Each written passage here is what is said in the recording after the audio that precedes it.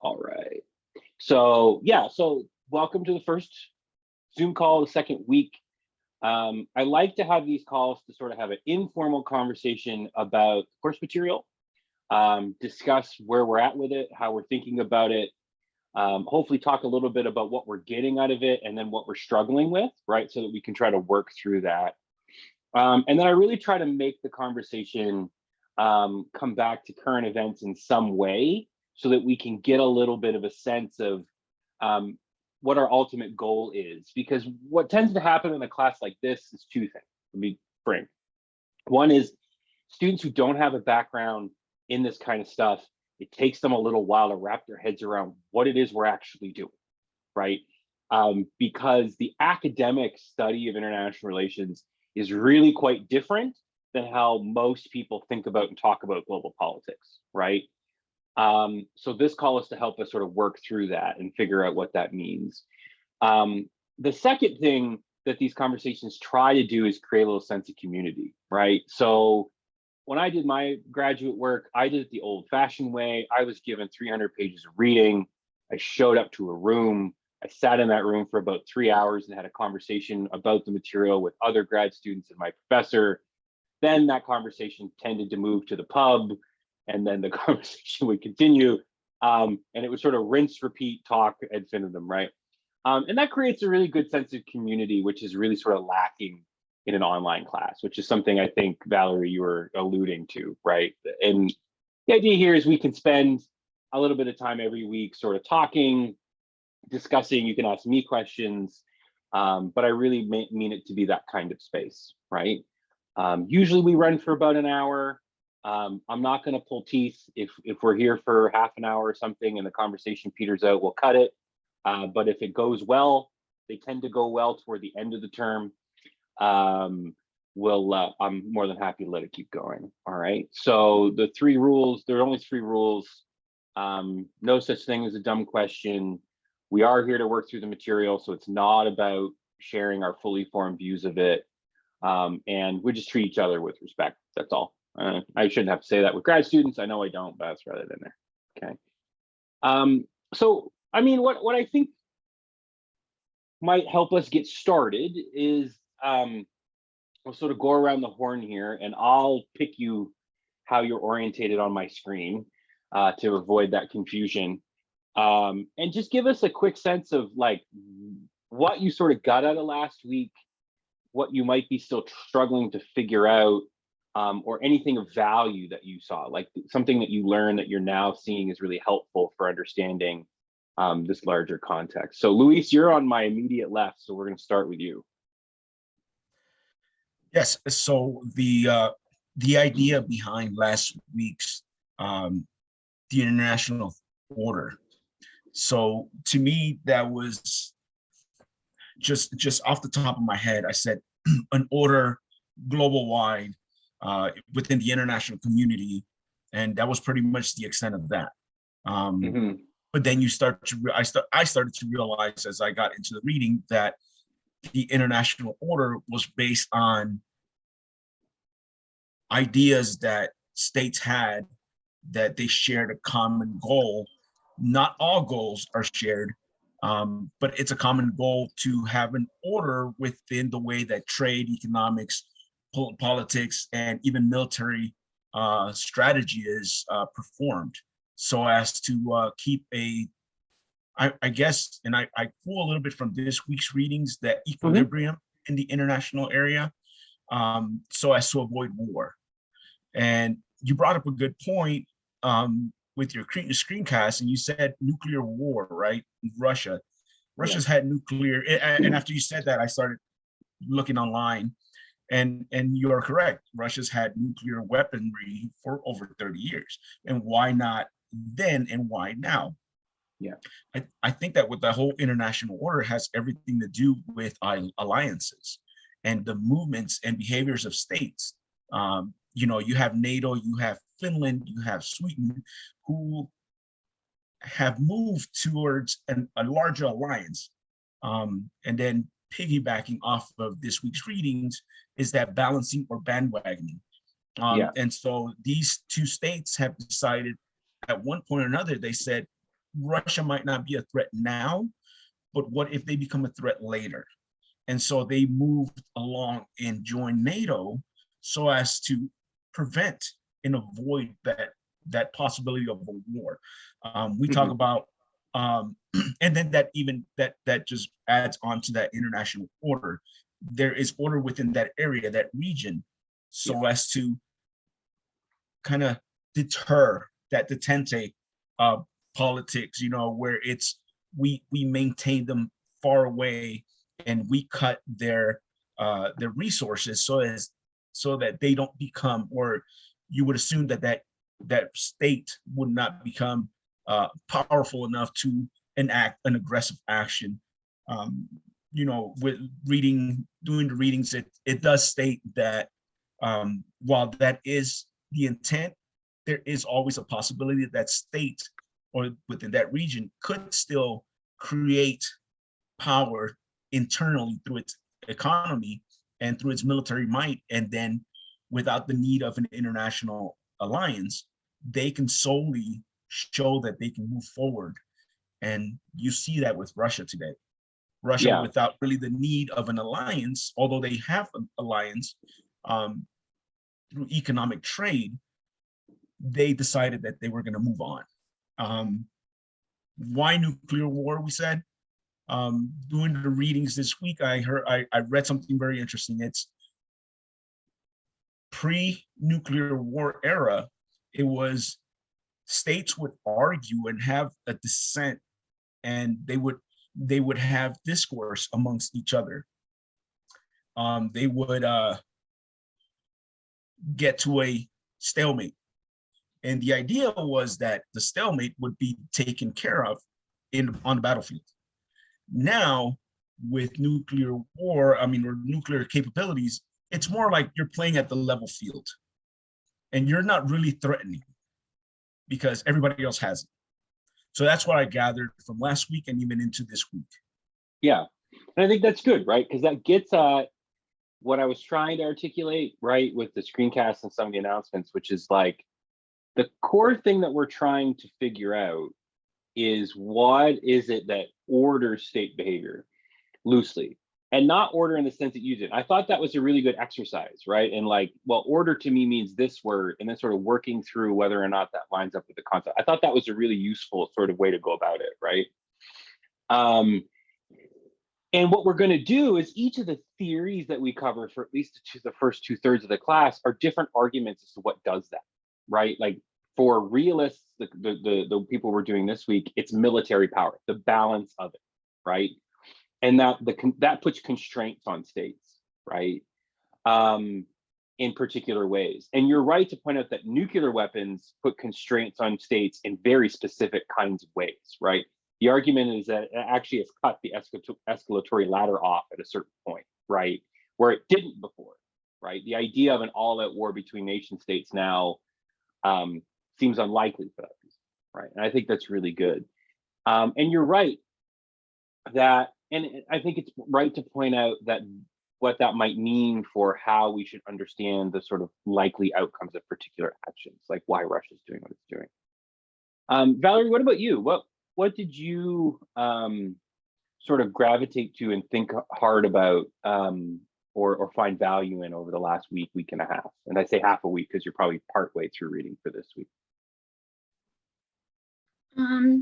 So I learned everything that was happening. I had no prior knowledge really of much. So what I gathered essentially that order is not something that is forced, but it's something that is influenced.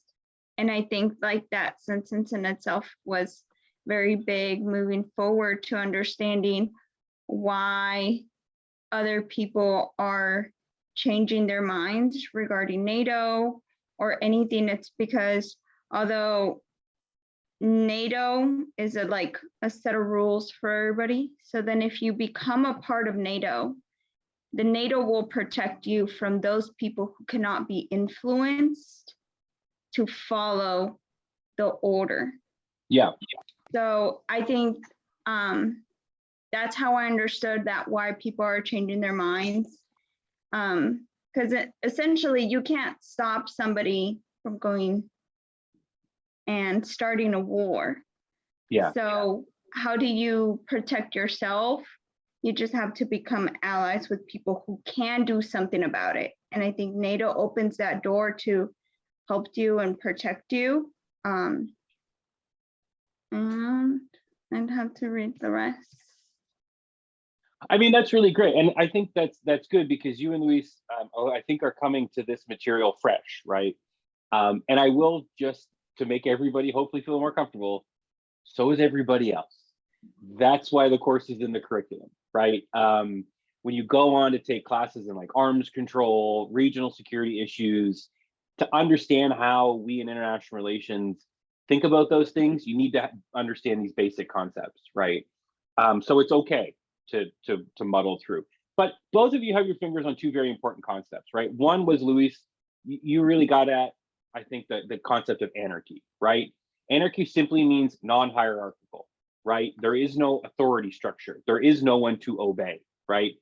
And you actually rehearsed on your own a really core part of Waltz's other book, right? Where he talks about the difference between domestic politics, where there is a clear hierarchy, where you can give orders, international system. But anarchies can be organized loosely, right? And we tend to call that an order, right? And there's something that orders it that isn't, and you have your finger on it, Valerie. It's not that one state or a group of states says this is how it's going to be, because that would be hierarchy, right? That would be one state. Instead, actually, it's a manifestation of this more complicated process of a set of decisions that states make, right? And then how the sort of environment changes as a result, and then how they'll react, right? And what you have your finger on, which I think is really cool, is a more advanced concept that we're going to get to, which is called collective defense. And NATO is a collective defense organization. NATO's a lot of things. NATO professes to, stand up for democracy and the free world and the Western, right? But at the end of the day, what it is a bunch of states who are trying to deter malicious behavior from other states, right? By saying, well, we have this piece of paper that says if you attack one of us, you attack all of us, right? And it's trying to redefine that balance of power. And I think, interestingly, you can see the effects of that even in Russia's aggression. As aggressive as Russia is being, it actually is also being very careful not to do things that will draw it into a direct war with NATO, right? It's doing a lot of heinous things to try to win the war, but it's being very careful not to put itself in a position where it's going to have to fight NATO, right? Why is it doing that? Well, because this balance of power gives them an environment, right? And then why did Finland and Sweden suddenly change their mind, right? Well, because they feel like, you know what, Russia actually doesn't have enough power to be genuinely threatening to us, so we can join and we can be part of that now, right? It's these rearrangements. And this is something that realists say happens all the time. States rise and fall, they'll rearrange, they'll create new alliances and structures that best fit the power distribution. If that shifts, they'll rearrange again, right? So that's really great. Hi, Taylor, welcome. We're just sort of going around getting everybody's reflections on like what they got from last week and this week, what they thought hard about, and what they were sort of drawing out, and then maybe any stumbling blocks that they still have. Okay, perfect. So sorry I'm late. You're fine. The next is John, and then you're going to be up. So you got like however long John talks to figure out the answer to that question. Okay, which John. is longer than Luis got. So last week, in regards to international order, my initial take on it was basically is states or nations giving orders to others who's inferior of them, which I was wrong. So I think last week kind of gave us like a foundation of international relations, basically with international kind of giving the groundwork of how different nations interact with each other. This week, I think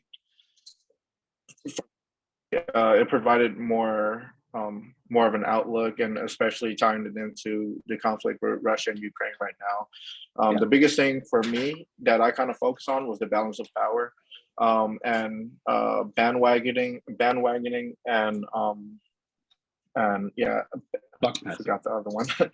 Buck passing. But I'm sorry. Yeah. Bandwagoning and buck passing, I think is what were those the two you were going for? Or counterbalancing. There's a lot of terms. I'm sorry. Trying to look okay. back at my notes. Well, balancing and bandwagoning, and kind of one of the four levels were basically it was proximity, and it kind of made me think of Belarus, how Belarus is close to Russia and they've been close allies as well, and with NATO, just doing resources that I looked online for my initial post.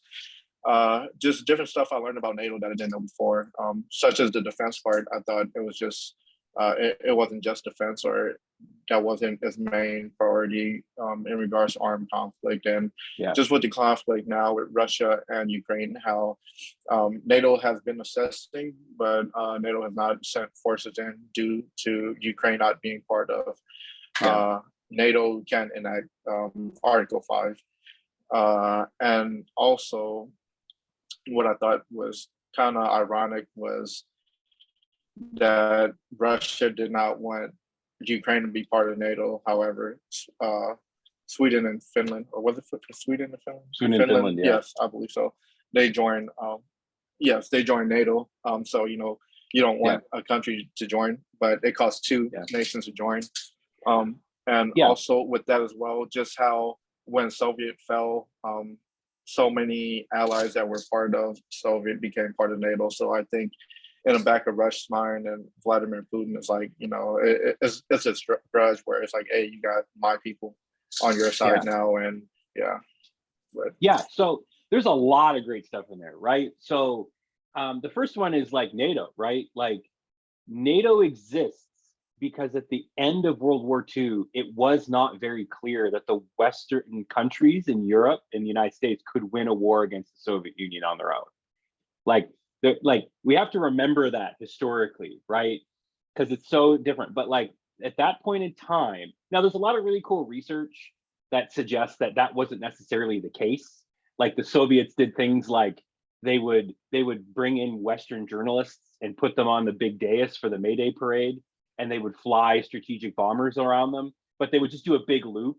So like they only had like 20 of them, but they did it for like 2 hours. So all the journalists reported that they have 400 of these, like, right? But but that was what the response was, right? Was like, well, what we're going to do is because we need to be able to be together, right? So we're going to create this mechanism, right? That's really good. The other thing is the balance of power, right? And what I want to point out, what you kind of were getting at, right, is the system is anarchic and it's not hierarchical, which means that it's also not fair.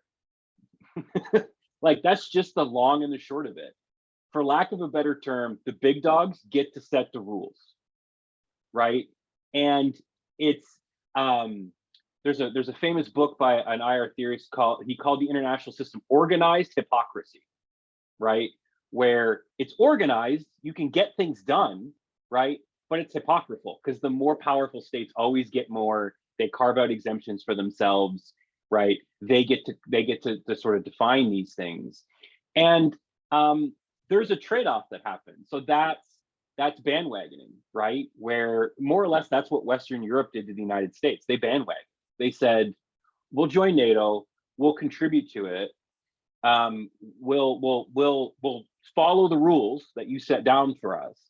But in exchange, you're more or less going to foot the bill for certain parts of our national security, like the nuclear umbrella, so on and so forth, right?" And what I think that's really important to understand is you also started to get at these ideas are pretty real world applicable. They sound really abstract, but like that's what Sweden and Finland did. Sweden and Finland dropped 30 years of neutrality about NATO in a heartbeat, right? Because the balance of power was clearly on NATO's side. They're like, yep, we're going to jump over there now, right? We're no longer hedging this. And that matters for like Russian behavior, right? Because it's going to create the environment in which they operate. And it does kind of look like they misjudged the balance of power, right? Like they're struggling. And what it's illustrating is like, yeah, you guys don't have as much military power as you thought you did. You're not necessarily a looming threat to Western Europe in the way we might have worried in the early days of the war, right? And you're right that NATO hasn't engaged militarily, but it has engaged in counterbalancing.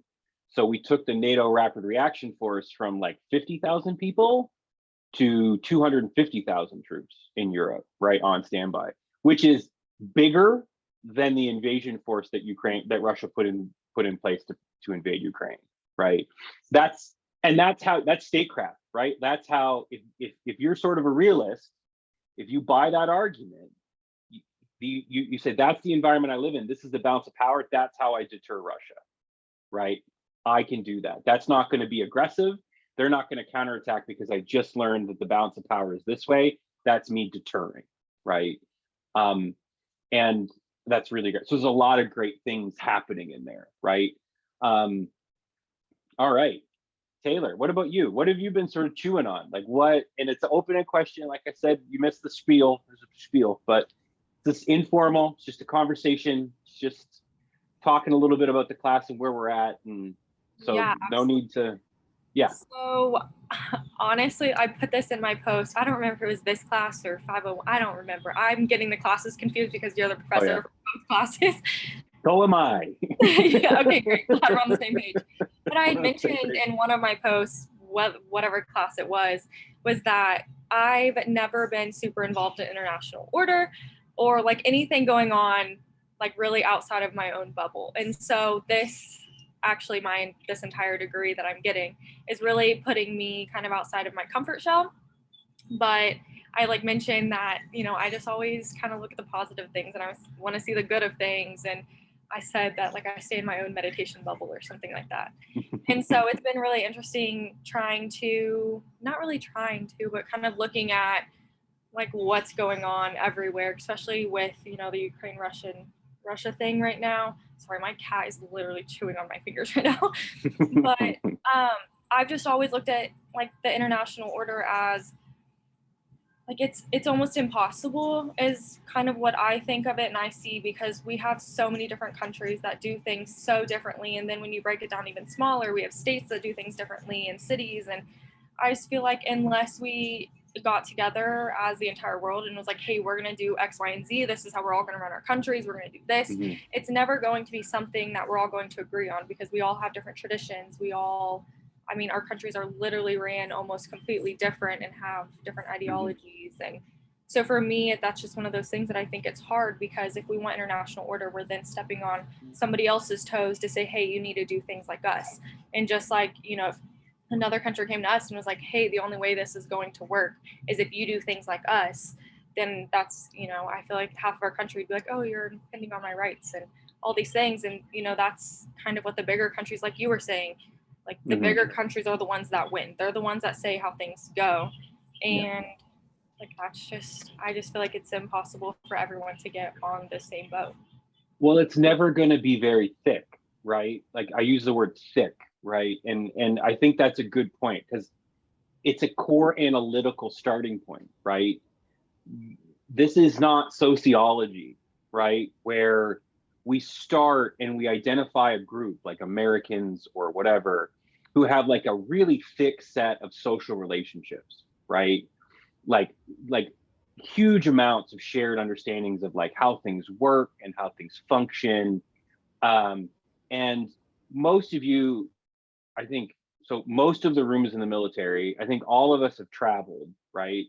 And it's amazing how you don't really even need to go all that far to be made aware of that, right? Like John, you were talking about going from Hawaii to California. Like that's probably enough to like notice that people think differently, act differently, right? And then Taylor, you're right to say that, what are we going to do at a global level, right? So I think that what that really reminds us is that any order we find is going to be super thin, right? It's going to be far more rudimentary, right? It's not going to be heavily elaborated norms of constitutional governance. It's going to be something simpler. For realists, it's the balance of power, right? Like, and that balance, if properly managed, will always be hypocritical, but it can be stable for long periods of time, right? And they're big on some of the things that you just mentioned, which is, and the stakes are really high. So like, you need to figure out where that balance is. And for realists, I think I know some of them. I'm not a realist. I'll out myself as what I am later in the term, but they're big on that, right? And they're big on this idea that, no, the thing that we really need is to avoid open great power war. In international relations, great powers are defined, it's kind of tautological, but they're defined as great powers are states that could only be militarily defeated by another great power. We are a great power, okay? I'm Canadian also. Canada cannot defeat the United States, right? So like, we're not a great power. We bandwagon. we follow along with the United States, right? That's what we do. Great powers almost always have bandwagoners, right? John, you're right. Like, Russia has Belarus and the Caucasus, right? China has North Korea. Like, every country has bandwagoners, right? But what's really good, to manage that, and for a lot of realists, it's like, you want to get up, like, and they're not fans. Like, they'll be very clear. Like, I'm not a fan of the Chinese government. I'm not a fan of what's happening there domestically. I think it's horrid. Shouldn't be happening. It's against my principles. But at the end of the day, how am I really going to make them change? And isn't my initial priority as a state to protect my state and to pursue the interests of my state? And the best way to do that is to try to find a way where I don't have to fight China, right? Where I can keep economic ties open so that I can continue to enrich my population, right? There are periods where that becomes untenable to realists, right? It just does. Like, Robert Gilpin has a famous argument where he basically says that state growth goes in cycles. So like, usually what happens is orders are defined by great powers that emerge as sort of predominant at a particular time, usually for historical happenstance. For us, it was the end of World War II, right? We're the last ones on the Western winning side that have the economic and military capacity left to manage the system. And we built a system. We built it. We said, and like, make no mistake, all those rules, those are our rules. All those institutions, we built them, and we wield overwhelming influence in them. But we did that because we were able to harness that wealth, create a bunch of technology, overperform everybody else. But he points out that it's a lot easier to catch up than it is to break ahead. And eventually all those states catch up. And what happens is, when they catch up, they start saying things like, yeah, but we don't like some of these rules. Like, we weren't in the room when you made those rules. Those are your rules. We want maybe some changes, right? Now, the thing that I'm getting at, I'm sort of rambling my way back around to Taylor's initial point, is one of the things that the balance of power is a concept. And when realists talk about it, they really do see it as a loosely countable thing. Like, you can weigh the military power of states. If the military balance is still predominantly in one side, they can say whatever they want, right? It's better to just manage it. If the balance is actually constricting, your options change. And to Valerie's point from earlier, you as an individual state don't actually have a whole lot of control over that, right? You can try to do things, you can try to rearrange what you're doing, you can try to create new alliances, you can try to manage the balance of power, and there are ways to do that, right? But you don't necessarily control it just because you got to define it, right? And that's where like these abstract theories of like what does order state behavior, they become important to questions like, well, what are we going to do about China? What should we do about Taiwan? Right? Like what should we do about Ukraine? Right? These questions are really difficult to answer unless you have some understanding of the environment, and these theories are meant to get at that. That's really great. Other Sir, thoughts and observations? Yeah, Yes, Luis, I was go going ahead. to bring something up with what you said. It's very interesting. You said we, the U.S., a dominant power. So when I was reading Gilpin, his reading for this week, one of the things he said is that those challenging states will catch up.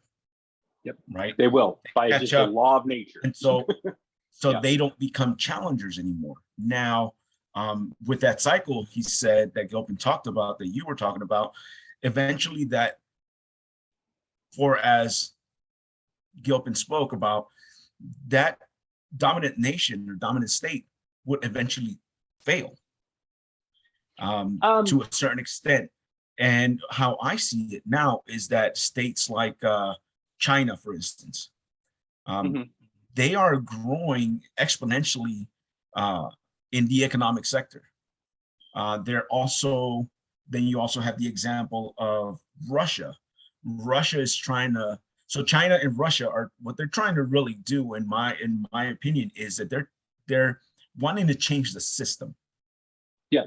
There's that change in the international order, where now, like you said, we weren't here for that. Now that we are getting there through influence and through military power, they are now challenging the international system and saying, hey, we don't agree with the way you're trying to run this region or us in general. So now we are challenging by attaining economic growth, taking territory, advancements in technology, the military power, not just as an individual state, but as an alliance. I might not be strong, but with the help of XYZ states, I am now stronger. We are now stronger, and we can now compete against you. Yeah. And so that's why do we say that NATO doesn't want to challenge Russia? I believe it's more along the lines of we haven't gotten to that point where it's absolutely necessary. Ukraine is a small state in comparison to the greater Western front. You talk about Romania, Poland, military strategy. The US has, we conduct exercises in Poland, we go to Romania. And so what is the overall concept? It is not that we are going to start, if a war breaks out, to take over Poland. NATO's concern is not Poland. It is a backstop. Poland might be taken over. And so Russia knows this. Why does Russia know this? Because they know our doctrine. They know our plans. They know everything as much as we know about them. And so it was very interesting to see and read about just the cycle of international order as it pertains to like our actual situation now with Russia and Ukraine. And for Gilpin, it's almost a law of nature, right? Like it's almost a law of nature that you'll have moments where one or two states will jump ahead, and then and what those states will do, like it's a self-fulfilling prophecy. What those states then do is they say, oh, well, we won the war, we should benefit from that, right? So they'll do things like open up their economy. They'll help industrialize other markets. They'll modernize them so they have a place to get resources and to sell things, right? That's exactly what we did after World War II. One of the things that I always show chafe at is people talk about the Marshall Plan. You all know what the Marshall Plan is, right? The big chunk of money we gave Europe to reconstruct itself after World War II. We didn't do that to be nice. We did that because we wanted to stave off the threat of communism, right? Got to remember, Europe destroyed, no economic process. And at that time, no one was really sure we weren't going to go back into another depression, right? So the promises of communism, we were worried they would be appealing in Europe because they had been appealing before the war. So we're like, we're going to reconstruct. B, we also wanted a place, to, like all those washing machines and cars and stuff we made in Detroit. We wanted a market to sell those things, to finance the expansion of the middle class, right? We needed to rebuild them so we would have a market to sell things, right?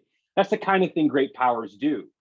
But when we do that, we get the benefit, which we totally did, but we open them up and we allow them to catch up, right?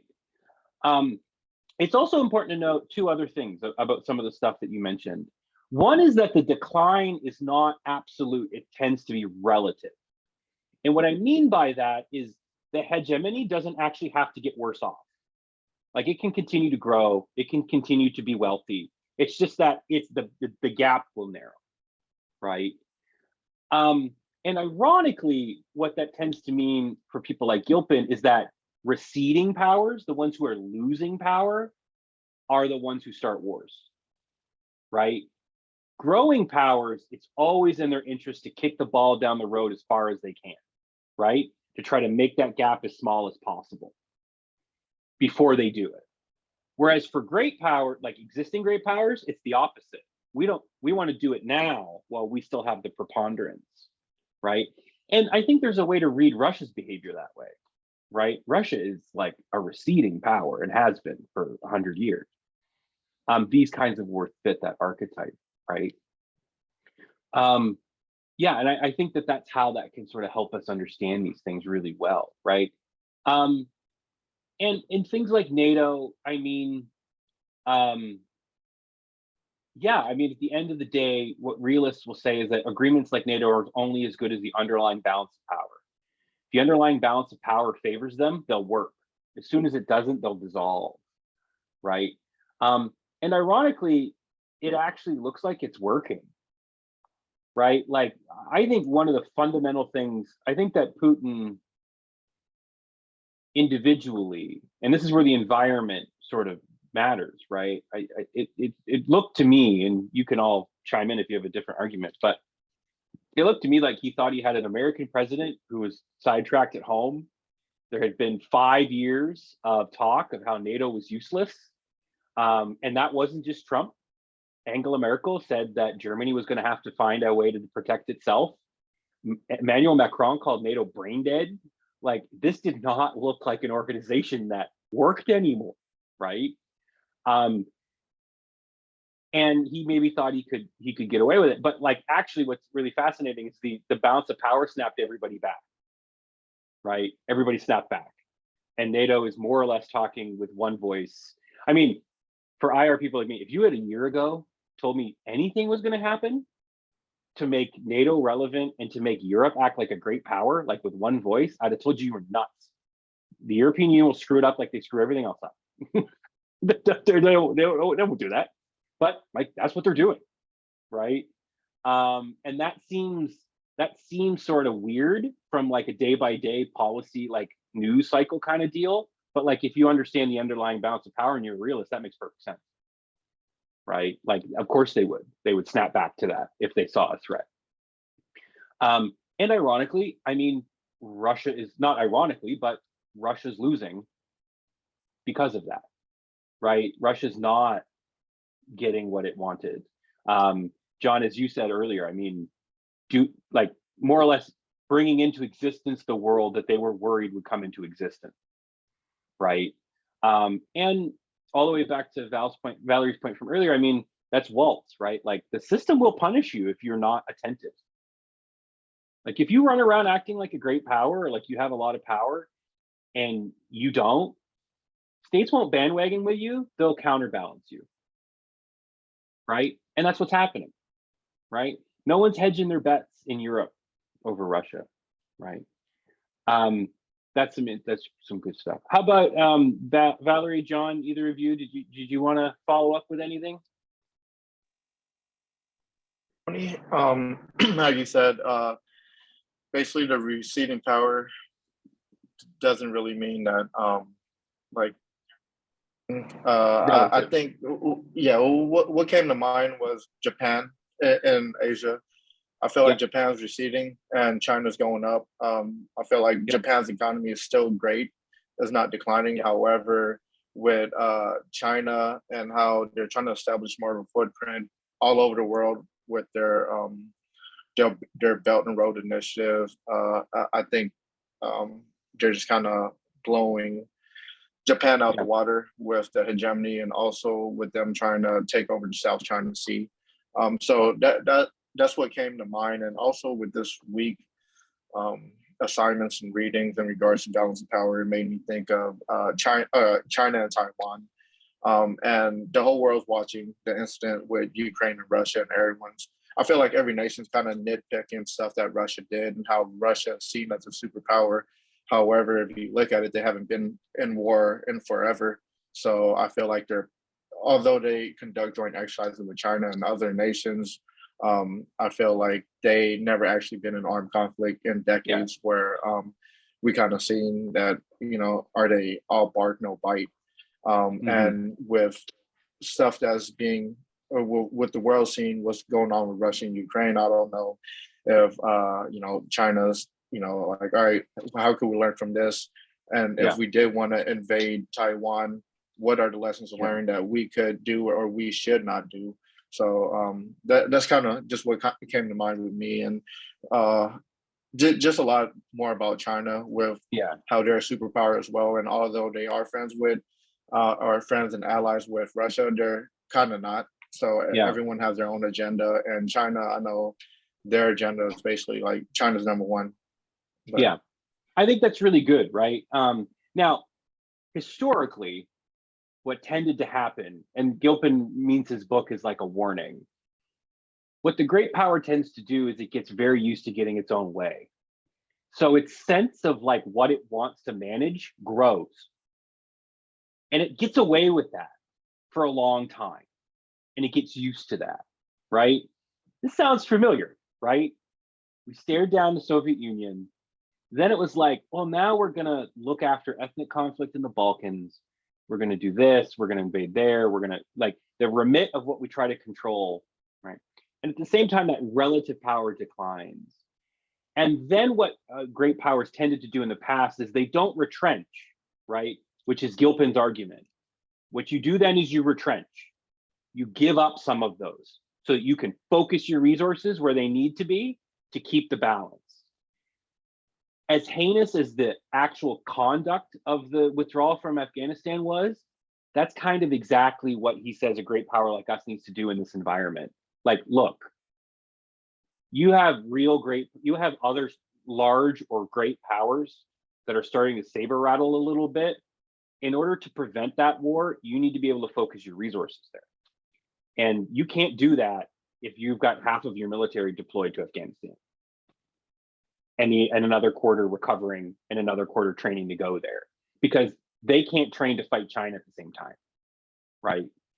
Those are the kinds of decisions that you need to make, but they don't come easily. They're very politically difficult, which is why great powers tend not to make them, right? They actually tend to just double down on, we want to control, right? Your point about Japan is also, I think, really good, not only because it brings out the relative balance, but I think it speaks to, you can also start to differentiate states based on where they are in the system and what their interests are. So like, one of the things I often talk about, one argument you can make is that, yeah, China and Russia like to make a big show of being friendly, right? Joint military exercises, China's buying Russian gas and rubles, all kinds of things, right? But at the end of the day, because they have a common interest right now. They both want revisions to the international order. Basically what they want is the liberal international order without democracy. So like the three pillars of the liberal international order that we constructed after World War II, these are the rules you got to play by if you want access to the world's largest economy. These are the rules you got to play by if you want access to our development money. These are the rules you got to play by, right? Are international institutions, rules, and democracy, and free trade. Sorry, international institutions with rules, free trade, and democracy. Those are the three rules. You got to play by our rules. If you pay attention, China and Russia still want the institutions because they want a place to go arbitrate their claims too. They still want the trade because they need it to keep growing. What they don't want is political interference and democracy, right? They want to be allowed to play the game as the kind of state they are. That has a lot to do with both of them being autocracies too. But at the end of the day, China's growing, Russia's not, right? So like, from this perspective, this is where somebody like me goes, like, yeah, Xi is making a power play and he's saying a lot of stuff that's pretty terrifying. And they're doing military drills around Taiwan. And yeah, I mean, Xi has been trying to paper over the fact that China's growth rate is lagging by fostering nationalist rhetoric at home, right? Like he's transitioned from we're all going to get rich to, well, we got to protect our way of life, right? Same as Russia, by the way, did the same thing. Putin was elected as a Europhile. Let's all get rich. Oh, it's not working. Actually, I like being an autocrat better. We got to protect our way of life. But like China needs access to keep growing. Russia's instead doing something else. So like, I'm not entirely sure that the balance of power tells me that China's going to do the same thing that Russia's doing, right? Even though they might look the same. Now, that's an argument. I could be wrong, but it's just a way of using that underlying balance of power theory, because it also illustrates like Japan doesn't seem to be all that worried about China, because while you're right, they saber rattle their resent, but they're not arming to balance it. They're still bandwagoning with us. Like they're still same as Australia, South Korea, right? So maybe the system is like less hospitable to a Chinese rise than we might think in those ways. But that's really good. How about you, Valerie? How about anything that's sort of What stood out to me was something you mentioned that Gilpin thinks of it almost of nature. yeah, he thinks the rise and fall and the like is almost like a law of nature. Yeah. And I was trying to incorporate how is it that different, you could say, state actors influence this nature. That's kind of what I was just trying to wrap my head around, because is it really nature when, let's say if we would have had a different president, would this would have happened? So then is it really nature? That's what I was over here like. Oh, okay. So this is a really core point that I can't believe I haven't brought up to right now. What we're doing here is not foreign policy analysis. Okay. And let me explain what that means. The theories that we're talking about are designed to answer Waltz's question. What are the conditions that make great power more or less likely? Because historically, there are periods where it seems to happen a lot, and then there are periods where it doesn't seem to happen at all. Why? Because nothing changes about the nature of states, nothing changes about human nature, nothing changes about our grievances. We all have these grievances, right? That's what I was getting at when I brought up like why Russia in Ukraine in 2022. Not like, you know, Putin has a brain tumor or whatever, which is like some of the stuff. Like, no, like, like he couldn't, nothing's changed about any of this in the last 30 years. Like, why now? Why not 2014 when he took Crimea? Why not 10 years from now? Why not, like, why now? And part of that bleeds into foreign policy analysis, why individual state leaders make the decisions in which they make them, right? The theories that we're talking about today are not that. They won't tell you that, because actually states will make mistakes. Looks kind of like Putin made a mistake, right? That you get into like a whole bunch of other stuff, and you do it in another class, by the way, about like domestic institutions, you know, perception, decision-making theory, so on and so forth. But our theory is like, but those decisions are made in an environment that is either conducive or not conducive to those kinds of decisions. And that's what we're trying to figure out, right? So that's what Gilpin is sort of talking about. He's talking about how, another way to put it is like, states are super aggressive all the time. Of course, they always want what's in their best interest. No, they don't want to give anything to anybody else. That's true all the time at all periods. Why is it they act sometimes as if they're all friends and sometimes as if they're not, right? And the argument there is the conditions, right? So can you keep a lunatic from doing lunatic-y things? No, right? Does that mean that the system will always be violent, like non-violent? No, sorry, there will be other kinds of wars, right? But from the perspective of national security, securing our interests, right? Pursuing our long-term strategy, it's about managing that structure. How do we make it less likely that China will attack us? How do we make it less likely that we're going to have to engage militarily with Russia? How do we make, and if we do have to, how do we tilt that in our favor, right? How do we get the alliances and the structures in place to either deter them, or if we do have to fight, try to make sure we win, right? One of the things that all of you probably have been exposed to with like your military backgrounds, most of you, wars never go to plan. They don't work that way, right? Battlefield math is a thing. Like you want to try to avoid it, but what you can do is you can try to stack the deck. And that's what these kind of strategies teach us how to do, right? So that's a really great observation that might help situate what it is we're talking about. Because in some sense, what you can think of is like we're doing the outer shell. And then in a perfect world, you have this outer shell, which is the system. And you answer, your job as an analyst is to answer an empirical question, which is a fancy way of saying, what is the world like right now? Right? Is it balanced? Is it not? If it's not balanced, how far out of balance is it? What's the trajectory? Is it going to keep getting worse? Is it going to stay the same? That's the China question, the Russia question that John brought up, right? Then the next layer in is like, okay, what do we do about that? Like as the United States, how do we maximize our relationship inside that structure? What this class is designed to do is talk about that larger outer shell, right? What environment do we live in? And I don't know if any of you caught it, and I can't remember if it's even in the readings I gave. Forgive me. The readings I gave you from Waltz, because I read the whole book and then I assign you the chapters. Did I assign you the chapter where he refers to it as a chess game? Blank looks, so I didn't. He has this great metaphor in the introduction to the book I had you read from, where he says it's like chess, right? Do you all know how to play chess, or vaguely know what chess is, right? It's a board, pieces, and you have to arrange yourself to try to put right. He's like, the international system is like chess, but the shape and the size of the pieces is constantly changing. So like whether it can move left or right or up or down, that rule is constantly changing. And the board itself, always moving.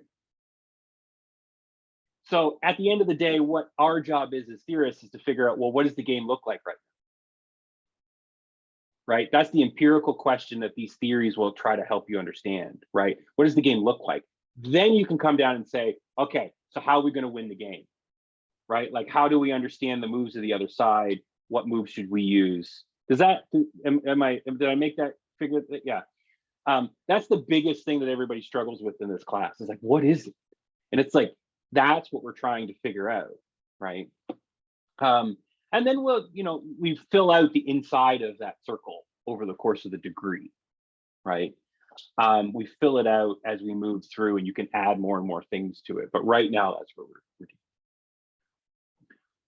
All right, I try to keep things to an hour. Good? Helpful? Is anybody more confused than when they logged on? John's more confused? Okay. It's like, it's always bad when they're like, I thought I understood this class. Because then I get like, then it's just like my undergraduates who are on campus, their version of it is they'll start skipping class and then they'll see me in the cafeteria and they'll try to avoid eye contact, like I can't see them. And I'm like, dude, you made up your own mind. It's your money. You do what you want. But in online grad school, it's like John, like somebody like if John had it, they don't say anything, and then I get an email saying they dropped, and I'm like, it's too early for that. Don't do that now. I personally think this helped me a lot because I'm probably the only one that doesn't have military background because I worked as a probation and parole officer. So I went kind of like different route. And so this is helpful for me because when I am reading, I'm just one of those people that I can read like a chapter and then I'm like, okay, brain break. And so it's nice to be able to like kind of have everyone just break it down and interpret it differently because I feel like where all of you look at it like over here, my brain is like, analyzing kind of like how she said, like, why is this going on? And like with probation and parole, it's like I have clients that I'm like, I can't get them to change. And so then it's like I relay that to countries. I'm like, we can't force them to change. Like, what are we doing? And so this was helpful for me to have kind of everybody spitting their ideas back and forth. Trust me, this will get giggles from the military people. They aren't in a they don't understand all this stuff at first blush either. It takes a little while. Now, what I really love about PARC is that I do always have military people, and when you guys line it up, like, we can have some really cool conversations, right? Because Taylor, to your point, I don't have a military background. I wasn't in the military. I'm an academic. I don't have the grasp of like the technicalities that these three do. Like, I don't. I'm a theorist. That's what I do. So don't feel bad. You're not the only one. I've just been doing this longer than you. That's the only difference between the two of us. All right. Well, thank you all so much. And yeah, like, that's the point. I want this to be sort of a community. We can check in, try to keep it light. I'm goofy. Like, I try to tell some jokes. I do start swearing at certain points. Apologies if that offends your sensibilities. But yeah, it's just trying to kind of recreate that sort of that community. Because Taylor, to your point, I mean, you can't really learn this stuff on your own. Like, when they told me, they're like, you're going to teach this online. I'm like, how? Like, I have a PhD in this, and it took me like years of sitting in seminar rooms talking about it to figure any of this out. Like, how am I supposed to just give people some readings and say best of luck? Like, that doesn't work. So this is my answer to that. This is my attempt to try to, and the fact that I'm in your inbox like every second day, you know, as a little video waving at you. Two classes, so I get double the fun. Yeah, you get me like twice a day, which is like a lot. I'm sorry.